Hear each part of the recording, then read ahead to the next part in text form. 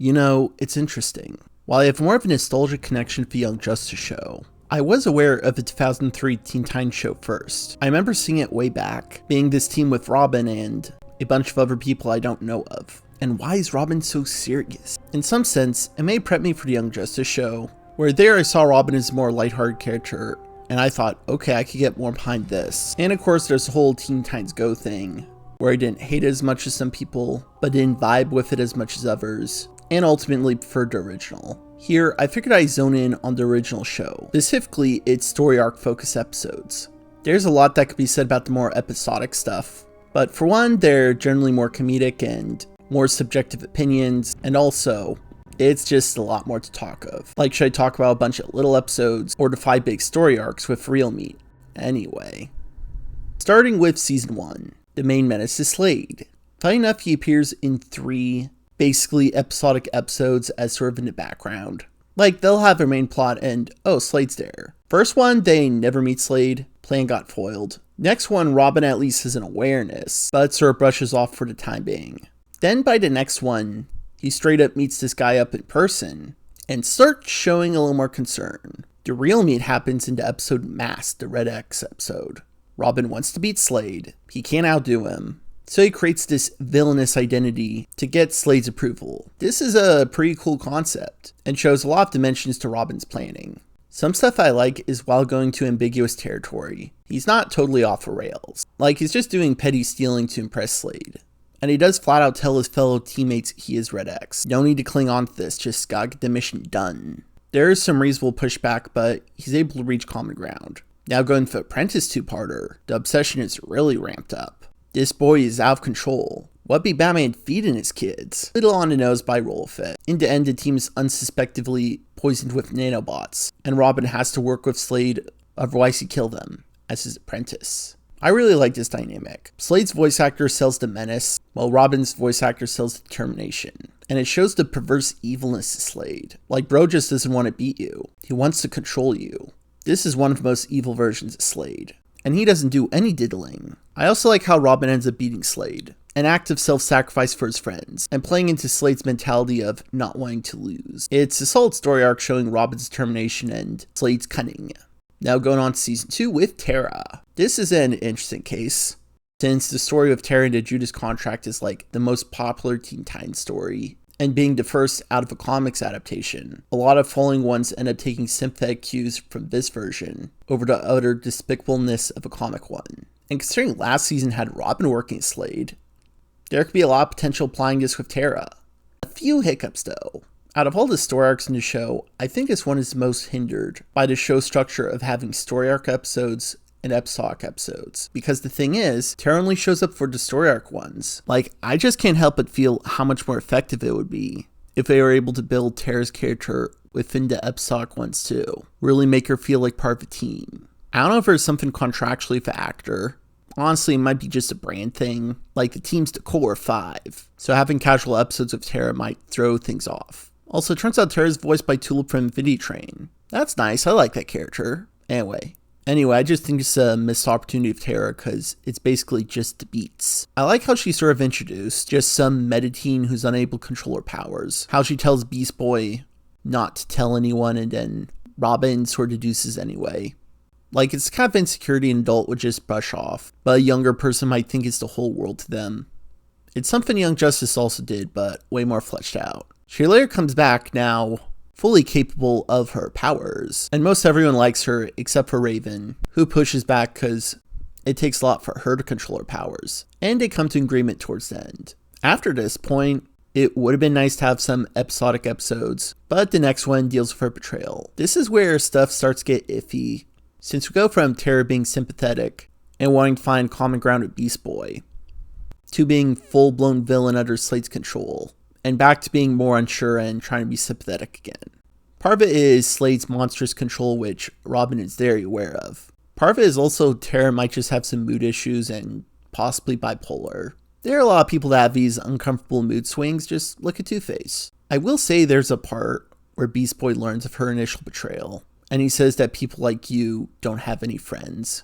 Utter crusher for Tara. And he never acknowledges this to her, even though it would be a good leveler to try to bring her back. Like, I didn't mean it's Terra. There's also a lot of general angst and venting about how could we trust her? How could we let her get the best of us? And it just makes them seem kind of silly to me. I don't know if we had more episodes building up their dynamic. Anyway, there's some rockiness to this arc, some stuff that probably couldn't be helped. It ends with some nice self-sacrifice at least. Not as strong as the Robin arc, but still some pros.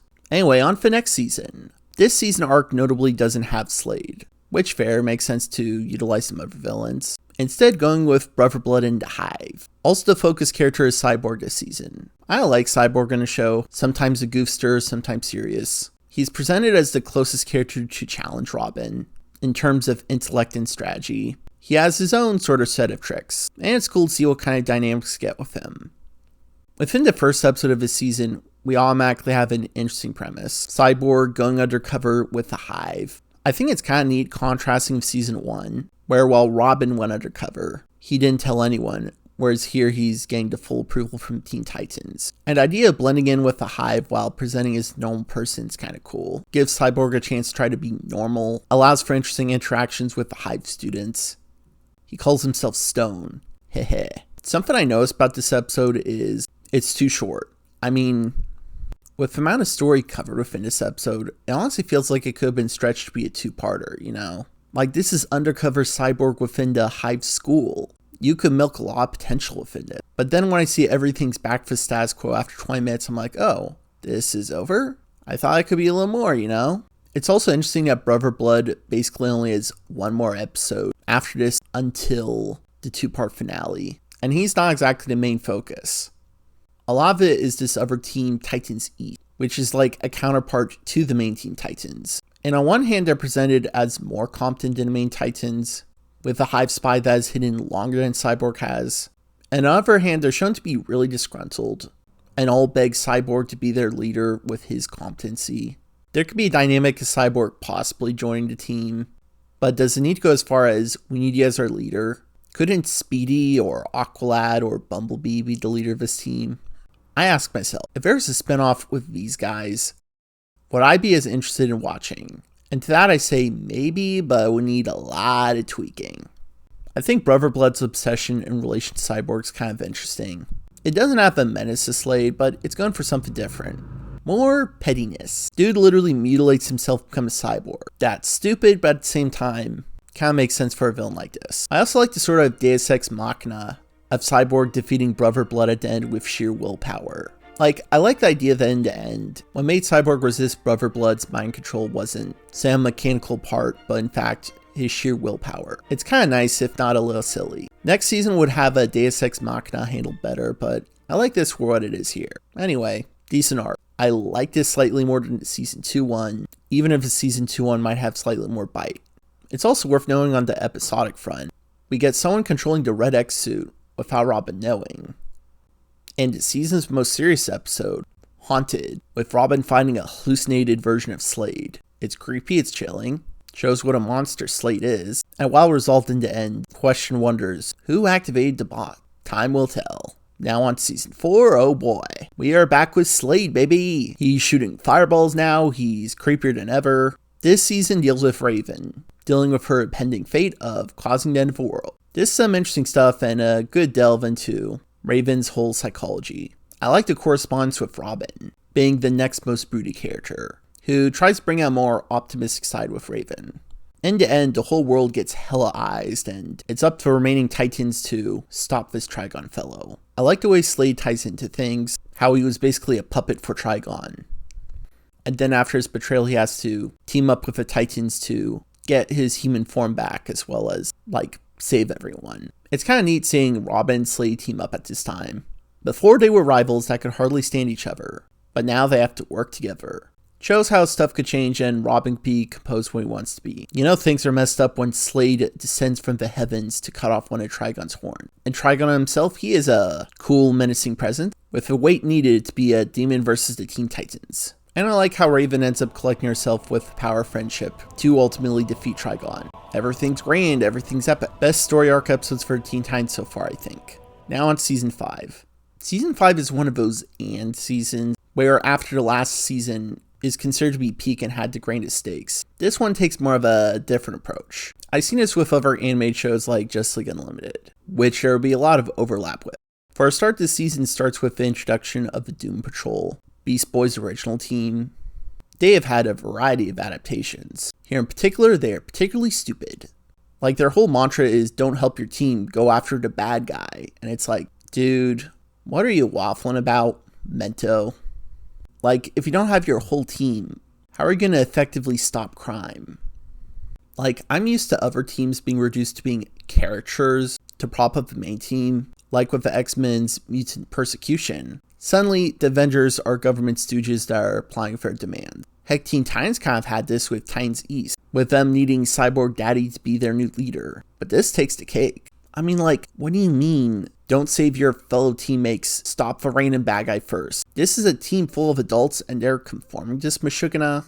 Mento's like, look, I read his mind. This dude is a super weapon, I swear, and it's like, we wouldn't have known if we didn't save you, dude. Also, part of it's like buying stakes. Like, if it was Slade at the other end, I'd like buy the urgency more, but the Brotherhood's so goofy, man. And you would throw in some other Doom Patrol adaptations. In the Teen Titans Go parody in Young Justice, they translate a lot of the original Teen Titans O3 looks into there, within this hallucination of Young Justice Beast Boy. However that works, Doom Patrol Go die. And then when Teen Titans Go had their version of Doom Patrol, it was something else that was goofier. Like Elastigirl's now black, Negative Man's a little woman, Robot Man has some weird accent, I don't know. The Doom Patrol be so goofy in this show. They're like, we have to face the Brotherhood on our own. Then they all go and then suddenly, one by one, they all die. Till it's just Beast Boy and Mento. Beast Boy be challenging Mento. Mento's like, you don't think I don't care? And it's like, you could be more distraught, bro. Then they're like, yeah, let's team up. Totally cool, even most of our friends are dead. Then it turns out the Teen Titans were nearby saving them all. So saving your fellow teammates does matter.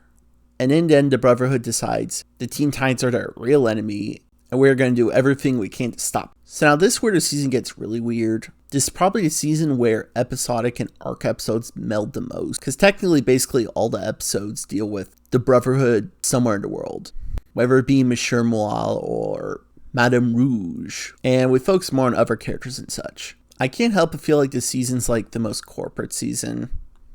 Like, they look at the success of Justice League Unlimited, with its rotating roster of various superheroes, and they wanted to apply it here. Like, it's fun and all. I can't help but wonder where the other heroes of the universe, like, I don't mean the Teen Titans, I mean like Justice League. At least with Justice League Unlimited, most of the main heroes would comply with the Justice League anyway. Like here it's like, oh, every power person happens to be a teenager. Cool. Like, where's Batman? Where's any mentor some of these sidekicks? If it's a worldwide thing, are you going to contact anyone other than a Titan? This is something I wonder throughout the series, but I really wonder here. Anyway, we get some fun episodes in their own right. We get to see Michael Rosenbaum as Kid Flash. And I gotta say, this is the most OP I've seen Wally outside of comics. This dude is just slaying.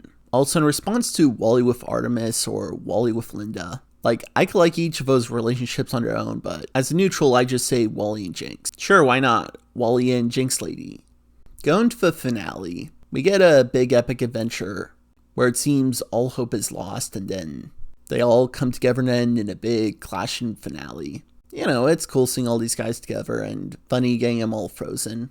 It's kind of wild getting all these villains, but somehow no Slade. I guess he had better things to do than work with a frickin' brain. No Cyborg Brotherhood either. And on the hero side, where's Doom Patrol? Brotherhood are technically your guys' villains. Are you guys gonna partake in this? Did you guys die again? Mento. Anyway, stuff wraps up pretty decently here. Then we have a real finale with things change, where Terra is somehow alive and deals with the concept of an ongoing conflict, but at the same time, letting the heck go. And you know, hot take here, I think this is a better story than her season 2 arc. Like, after all the flip-flopping there, it feels kind of satisfying to me, having her just be this person who's like, yeah, I kind of don't want to be involved with conflict, sorry. I don't know, it shows some harsh reality. I like the line where she says, I have to go to a math test I haven't prepared for. Like, those are some real schoolgirl lines. And then Beast Boy, the clinginess of Teen Titans, has to let go. I will say though, I don't know about Slade appearing in this finale. I mean, it's kind of funny that he somewhat appears here, but not the grand meetup with the brain, and in the end he was revealed just to be a robot anyway. I don't know if it was meant to hint at anything or just an excuse to have Slade every season. Anyway, also I figure I'd throw out the Teen Titans Trouble in Tokyo movie. Not really much for story, just a big fun Tokyo adventure, acknowledging the anime influences Robin gets with Starfire in the end. If there's a place to end off the series, it's probably this little movie. Anyway, it was kind of fun to revisit Teen Titans here, when the show got serious. As mentioned, the show could do silly and serious at the same time. It was kind of neat how the show would explore these stories. Sometimes they had limitations, sometimes they pulled through. Little ranking of them, 5-2, 3-1-4. You know, about what's expected. Anyway, what are your favorite story arcs from this season? Feel free to let me know, and cheers.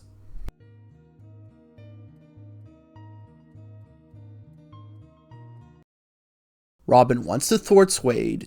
Robin wants to thwart Slade. Robin wants to thwart Slade. Robin wants to beat Slade.